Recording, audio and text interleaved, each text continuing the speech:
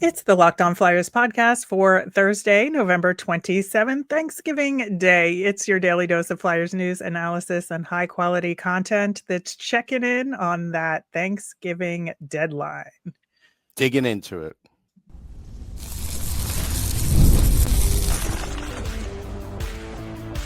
You're Locked On Flyers, your daily podcast on the Philadelphia Flyers. Part of the Locked On Podcast Network, your team every day. Hello and welcome to Locked On Flyers, part of the Locked On Podcast Network, now the number one sports podcast network. I am Rachel Donner. I've been podcasting about the Flyers, the NHL, and hockey for a decade, and I'm here as always with prospect expert and Flyers credentialed reporter for 20 years, Russ Cohen. To keep up with our latest episodes and Flyers news, you can find us at Locked On Flyers on Instagram, Threads, Blue Sky, and Twitter. And Russ, it is Thanksgiving. Happy Thanksgiving to you. To one and all. We always talk every year about how Thanksgiving is this sort of arbitrary check-in point, but not so arbitrary in terms of how a team is pretty doing. Close. I think it's changed in like an Olympic year, but it's pretty close.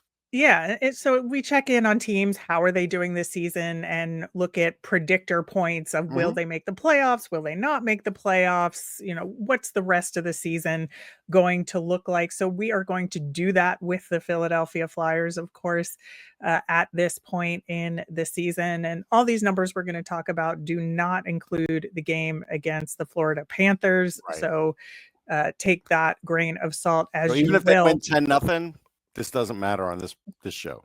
Probably not. Probably not in the grand scheme. Now, it's an interesting way to compare looking at the last couple of seasons to this one at this point, and then where did the team end up, right? Because if you look at 2 seasons ago at Thanksgiving, the Flyers were 4th in the Metro. They were 10-8-1, one spot out of the wild card position. Last season at this point, they were 5th in the Metro, 10-10-3, 2 spots out of a wild card spot in the playoffs, and very differing results in those 2 seasons, right? So 2 seasons ago, they wound up 5th in the wild card spot at 38-33-11, so above 500 there, but still like kind of low-ish in the overall conference standings. Last year, they were, of course, below 500, 33, 39, and 10, and they were last in the East. So, very differing results there. Now we look at this year's results thus far, and can it be a predictor, right? So they are currently 11-7-3, 3 spots out of the wild card, which I think kind of speaks to how nutso this season has been in terms of how close everybody is, right? Yeah, I think parity has changed this year. So I think that was a thing. I did mention, and you did mention, teams got better this offseason. Even though the Flyers got better, so did other teams. And so I think there's that. And then the one thing that I've kind of looked at with the Thanksgiving predictor is it's not so much if you're in the playoff position, can you not get in it? If you're in those first 2 spots, like in the Metro, let's say, you're pretty much going to get in. Usually it's that last spot and the last wild cards that kind of get jumbled around. But it's harder. It just makes it harder. The math gets harder.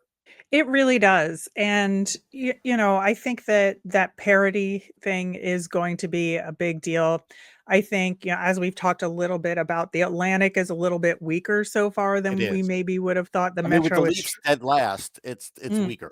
Like, what is happening, right? Like, they may be a lottery team. Right. Which is crazy to even think about, but here we are. And I think the Metro is overall stronger than maybe we would have predicted. Yes. And so, the Flyers being 6th in the Metro division, but they're 11-7-3. Like, that's not too terrible. We're going to get into like some of the individual player performances and like the Rick Tocchet era and stuff a little bit later in the show. But just looking a little bit more at these numbers here, part of the Flyers position, like some people think, is weighted inappropriately because of the sheer number of games that have gone to extra time, right? So the Flyers have the most shootout wins in the league at 4. They Right. have 3 overtime losses, which is, mid league, but they've got some loser points there. And you look at their difference between their home record and their road record and scoring and all of that. 2 very different teams, it seems. Yeah, I don't look. The point system is the point system. Right. So I don't look at that and say, well, it's because of that. I don't do that because, hey, if you have something that you're better at than others and you get a few extra points, it's going to happen, or worse, and you're not going to get them. I don't look at that. I look at home and away records. That's important to me. I look at how the goaltending is being utilized, and we've talked about that. How many games the goaltender are going to play? How is the tandem doing? Those kinds of things. I kind of look at that more than I look at worrying about the loser point. The loser point is what it is, and it doesn't matter Right. until it does, and it matters that last month. Then all of a sudden you don't want them, and then all of a sudden you want more regulation wins, and then all of a sudden, and that's just a function of the way this league is. And when you have more parity, it's going to be harder to figure out as far as what's really the indicator there. So I'm staying away from it. Right. And it is interesting because the Flyers are 8-3-2 at home, 3-4-1 on the road. Like that's a big difference Big there. difference. So obviously Flyers need to win more on the road moving forward if they want to move up at all in these Well, standings. there's two things with their road play. They're not scoring much. They only have like 18 goals for on the road, and their differentials are -8 on the road. And we know they've played a few more home games than road games right now. So this is something where that to me is a bigger indicator than anything else we've talked about. Yeah, I think there's a lot to that, right? And so that's something that again, in order for them to move up in the standings in any way, they're going to have to be good against the division. They're going to have to be good on the road in a way that Correct. they have not been. Now, if you dig into some of their team stats, you can also see a little bit more as to why they are where they are. One of the things we talked about preseason, we wanted the power play to improve to be sort of at the bottom of the middle third, Right. would be a remarkable improvement. That's kind of where they're hovering, but it's on a downward trend right That's the now. problem with it. Right. We saw it better a couple of weeks ago, and now it's losing steam. And we've talked about it. We've detailed that. So that's where it doesn't feel as good. If they'd have worked their way up to this, you might feel better about it. Right. Now, it is interesting. They're 25th in the NHL in terms of power play time on ice per game Mm-hmm. so far. So they're not getting as much power play time as some other teams are, but the Flyers need to capitalize on what time they are getting Yeah. there. I think, obviously on the other side of the coin, we know the penalty kill has generally been good. It's slipped Yes. a little bit, but is still generally good. And I think part of the issue there is we want them to take less penalties first off because they're Right. ninth most in the league in PIMS as of now. They're like 10th/11th in the NHL in terms of penalties drawn versus taken, so they're about even on Mm-hmm. that front. But again, just keep the penalty kill going, but keep it as strong as it was maybe a couple weeks ago at this point. They may be even on that front. My bigger question is, and again, I don't have all the stats in front of me because it's just hard to dig for some. How many of those penalties that they have gotten against them were on the power play to nullify a power play? Yeah, Because then that that's a affects two columns. It does. It absolutely does. Now, I think one of the other things that we were talking about preseason as well as during the season thus far is shooting, right? Right. We wanted them to take more shots and for the shots to be Yes. better. And the Philadelphia Flyers are 30th in the NHL at shots per game, 24.9 on average. I mean, and that's the thing. If we talked about it last episode, if you're going to game plan against the Flyers, you're like, take away the high danger chances because they just don't shoot enough. You take away that, you've stripped away a lot. Yeah. Now, one of the reason why they're in the positive, right, above 500 now is because defensively they've been fantastic, Yeah. right? As a general rule. I think, we've seen them give up some odd man rushes that we would want back, but I think overall systemically their defense has been generally pretty good. Their shots against per game is fourth in the NHL at 25.5, right? But their goals against is 12th at 2.81. So that's the goaltending difference Right. between, right? For the So we most part. There's talked other about this. factors, but it's Sure. goaltending. We talked about this. We talked about, hey, how many more wins will the goaltending give them? It's given them a few more wins, but not enough. Why? Because now they're not scoring enough. There's so much focus on defense that guys like Michkov and other guys are under what they should be at right now. And so scoring less now doesn't nullify the goaltending, but it takes away some of the really good parts of the goaltending.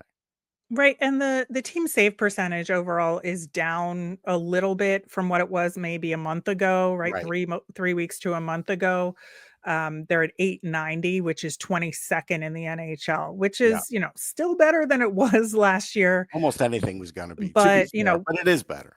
but we've seen like just a couple clunkers of games that, it just caused some averages to go down. It is interesting because they're 22nd in the NHL, like I said, at save percentage, but 10th in goals against average. And that shows where the defensive play comes Right. into I think account.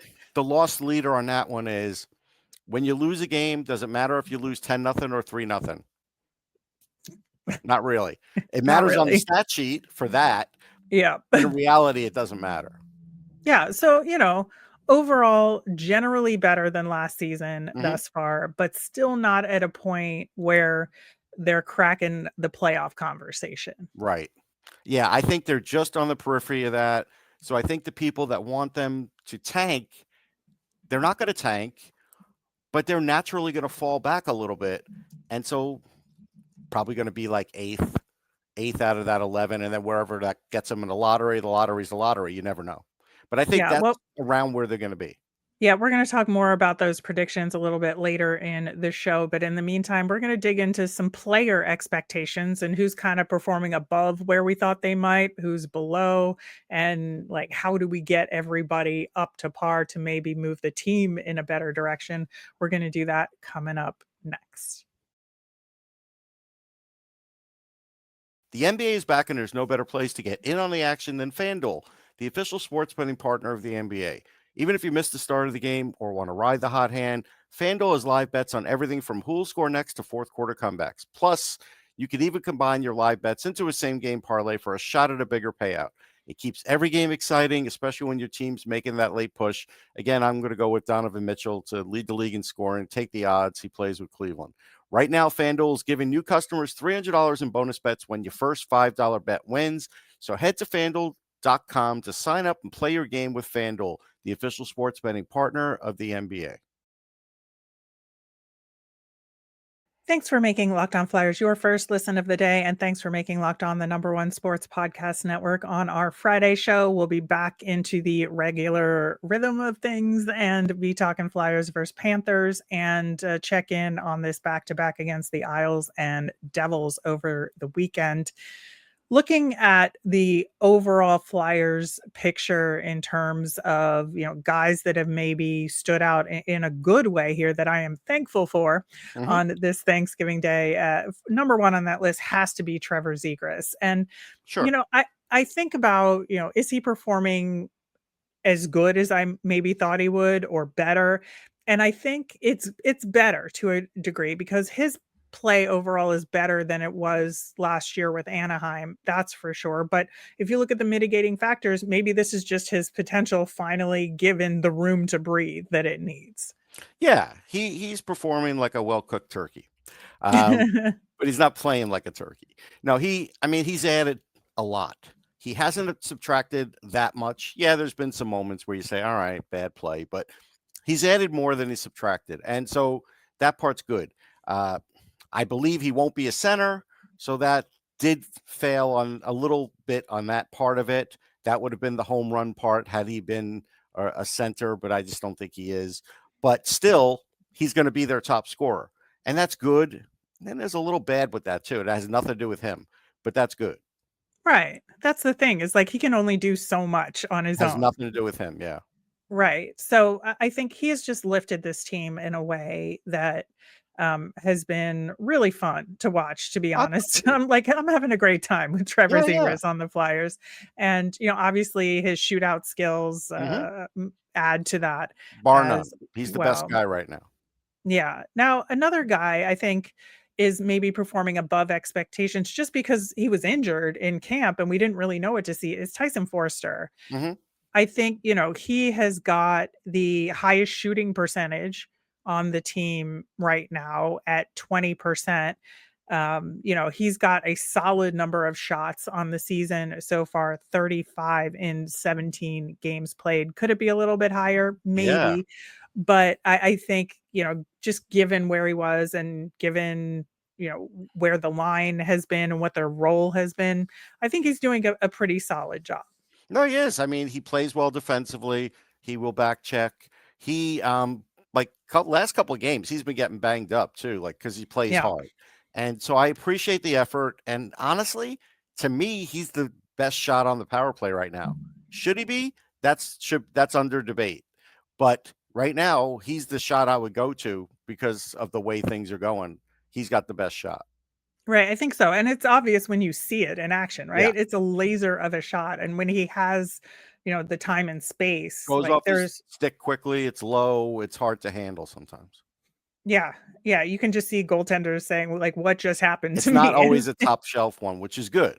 Yeah, yeah, I think he has a high level of creativity to his game as well. I think, Christian Dvorak to me was more of a known factor in terms of where he would be, but I think Yep. he has met, if not slightly exceeded expectations, given that he's playing up in the lineup there. And, he's gotten a lot more points than I might have thought from him so far this season. He's got 14 points, 6 goals, and 8 assists. And I think he's contributing a lot more than I would have expected.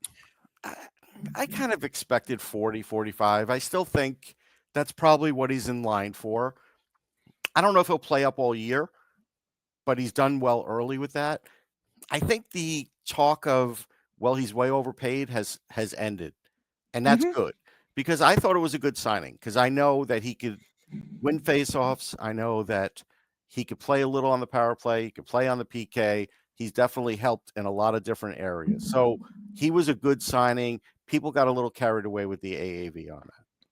Yeah, I think so. I think so. I'm very, very happy with it. I think, there's some other guys on the team that are just sort of meeting expectations. I would say, I would say Noah Cates is along those lines. Bobby Brink has Yeah, I on think Cates average, is Cates. Like, you're not going to say anything yeah, bad. You're going to say, this is what I expect from Noah Cates, and that's fine. yeah. I would say Sean Couturier, given the amount of ice time he's been given, Yeah, I think he's starting to slip, though. I think he started off right, but strong he's like been he usually does. overplayed in a lot of He ways. has. So I know. I know. I think he's slipped a little. I think Brink's been a little better just overall, but probably could have a little more luck to show a little bit more point wise for it. So, yeah, I think that's mostly right. yeah, and then I would say on the blue line side of things, Cam York is the defenseman that I'm most pleased with in terms of overall play relative to how they were doing last year.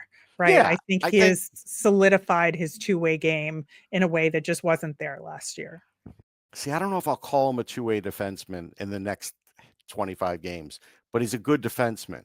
He's a good skating, puck-moving defenseman. Will I call him a two-way? I don't know. You got to get at least 30 points on the year to be a two-way.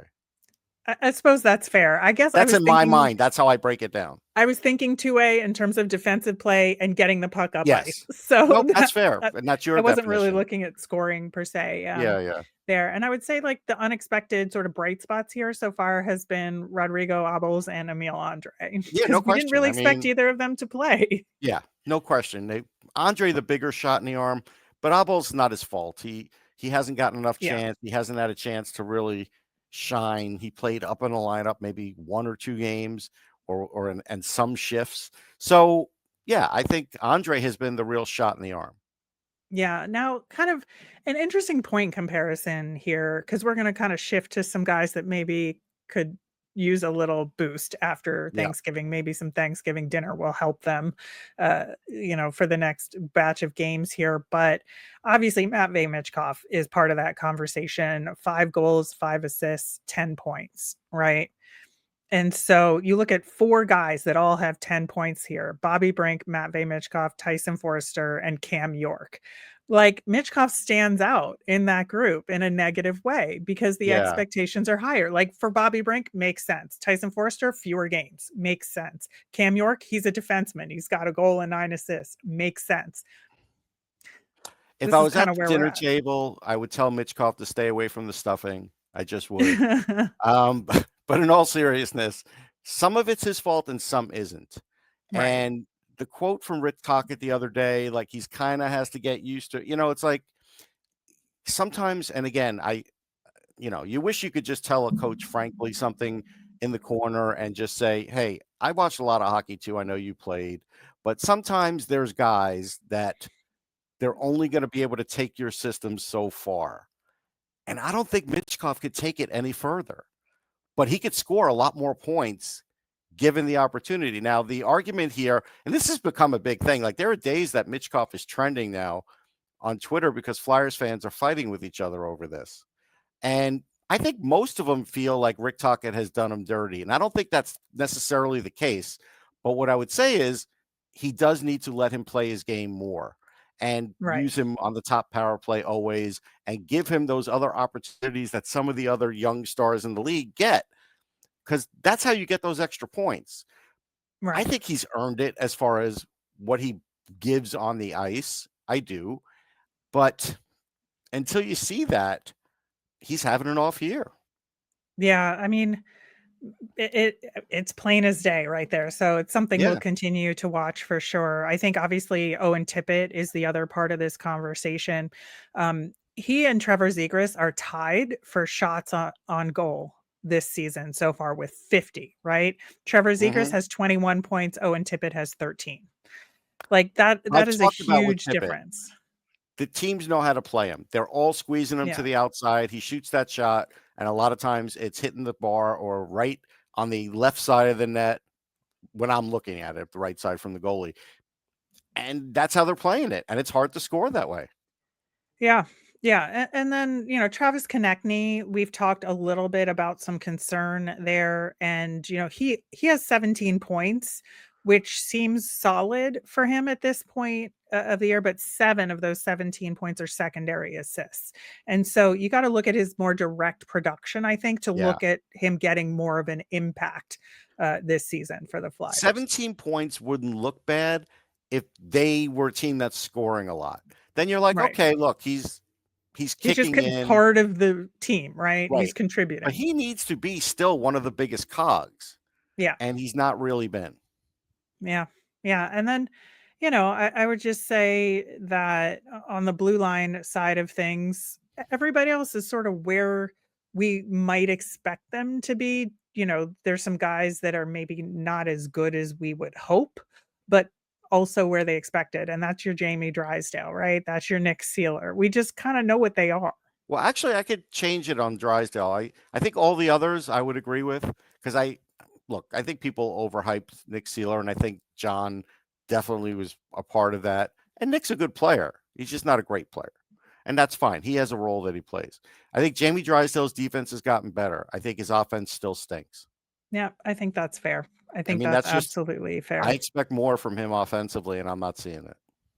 Yeah, yeah. Well, we are going to get into the overall Rick Tocchet era so far, and then say what do they have to do if they want to be a playoff team, and where do we go from here? We're going to do that coming up next.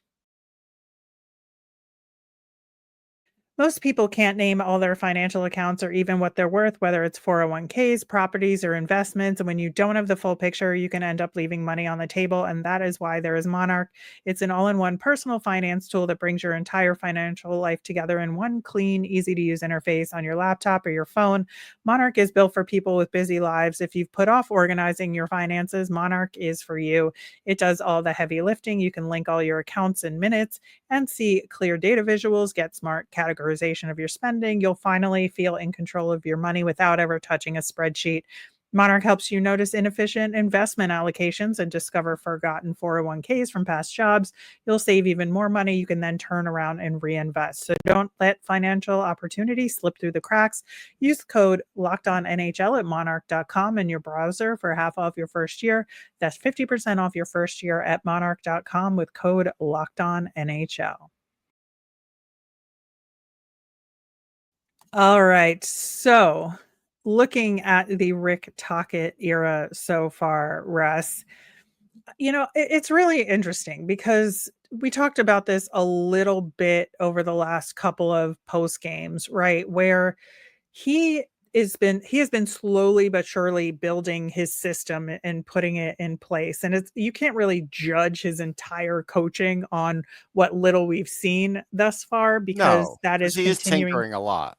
Yeah, he is, and I think the one thing that I've appreciated the most from him thus far is he is so spot on with his assessment of where things are with the team, and he's been generally pretty blunt about it. Whether it's good, whether it's bad, he's been Mhm. honest and direct and saying, "Yeah, here's what we're doing right, here's what we're doing wrong, we gotta get better on this," and it's not platitudes, it's more like X's and O's here. Yeah, I think he tells you a little more. I also think, like a lot of coaches, that he doesn't realize when he has some of these biases and he keeps doing them over and over again. And I think that's just something that some coaches just don't ever see. And if an assistant doesn't tell you, nobody's going to tell you, right? So, Yeah, but we just don't know what those conversations look like, and we never no, will. no. But the one thing I'll say on the plus side, you're right about that. And on the negative side, I think it's taken Taka a little too long to realize certain things. And the latest one is Gurbenkin. Now I know he's gonna, he played against Florida. That's great. But overall for this season, he has played less than we all thought he would. Yes. But I also think he's played less than Rick Tocchet thought he would. Because the way Rick Tocchet talks about him, he's like, "Oh yeah, I'm working with him. Yeah, we're gonna get him in there. We got to work him in there." And it just doesn't happen. It's like, it's like when you say you're gonna, you have a fence outside and you got to paint it, and you keep walking by that fence, and you're like, every couple weeks, you're like, "Yeah, I got to really paint that fence," and you never do, right? You ignore it for years. Yeah, it is interesting because he has talked, like, pretty openly since the preseason about having a rotation, whether it's on the 4th line or with the defenseman, Yeah, right? That there's gonna be a rotation early until he figures things out. And I think the rotation hasn't been as regular as maybe we would have wanted to see in terms of getting Grebenkin in more right. games or what that the defensive pairings have looked like in terms of getting more guys an opportunity there or reacting appropriately to what we're seeing from some of those guys, right? I mean, I wouldn't There's the even take playing fewer games but more minutes. right. Exactly. Exactly. I think, yeah, your point about him just reacting better to some of the results does stand. And I think, we've seen that with Noah Juleson in terms of how much he's played. It's a simultaneous thing of we got to get these other guys in, to see what we've got and to give them regular opportunities to play Right. because, people wither when they don't play, but also we have to look honestly at the play of some guys and say, no, you should sit. And that's when we talk about, sitting Owen Tippett for a game. We talked about sitting Nick Sealer for a game. We've talked about sitting Noah Juleson, which he did eventually, but then he was back in. But to be fair, Zamula didn't deserve to go back in after Right. the way he played. So, there is a good reason for Juleson to go back in, but you know, I do think that there is some room for improvement there, but overall, it's been good, and he's It has been been good. very clear Yeah. about what he's doing. No, I think so. I think the disagreement within the front office and the coach is going to happen after the All-Star break, because what's going to happen is we don't know how many points Or they'll be at, right before the or right before the Olympics. Olympics. Either, yeah, I meant Olympics. Whether they're 4 points out, 5 points out, something like that, and maybe Danny says to Rick Tocchet, like, you know, who could I trade? And he gets a couple of names that he's like, yeah, I don't really see him in the future. Go ahead and move him. And then Briere's chatting with Keith Jones, and Keith Jones is like, I don't want to move anybody. Remember, we want to like forge ahead. That's going to be the key disagreement, unless they're just. Yeah, I think that is, pretty spot on. But I do think it's going to be an interesting dynamic heading into the Olympic break about, that mini trade deadline that's going to Right. happen right before then. And if the Flyers decide to make any moves at that point, whether Yeah. it's, trying to trade guys that they deem as dead weight, or whether it's trying to acquire somebody in terms of improving a specific aspect of the Flyers game. Right. So, any predictions on where the Flyers end up at the end of the season based on the Thanksgiving check-in? I think they're going to be like 6 points out of the playoffs at the end of the year. That's where I think they're going to end up. I think they'll be better than last year. They'll stay in it longer, but in the end, they're just not going to have it. And that math takes a long time to get them eliminated. Yeah, I think we're looking more at a 2 years ago results than a last year. And just a little bit off from that too, because that came down to like the first period of the last game, right? Something like that. Right, in terms of being one spot out of the Yeah. the wild card at Thanksgiving versus fifth, when all was said and done, because of the very, very tail end of the season. So, Right. yeah, I think the very, very tail end could be better this time Yeah. around. We'll see. But I think that's kind of where we stand, but it will be interesting to see where we end up. I just want to wish everybody, once again, a very happy Thanksgiving. Hope you are having a great day. We will be back tomorrow to talk about the Florida Panthers game as well as the weekend back to back. And as a reminder, we always want to hear from you. So send us your thoughts via any of our socials at Locked On Flyers. You can email us at lockedonflyers@gmail.com or comment on our YouTube channel. I'm Rachel. I'm on Blue Sky and Twitter at rmiriam. That's RMIRIAM. I'm Russ. I'm at Sportsology on the same socials, SPORTSOLOGY. Thanks for making Locked On Flyers your first listen today. For your next listen, check out Locked On NHL Game Night. It's every game, every night until a Stanley Cup champion is crowned. Get local analysis on a national scale with NHL Game Night on Locked On NHL. It's on YouTube or wherever you listen to podcasts. Have a great day, everyone.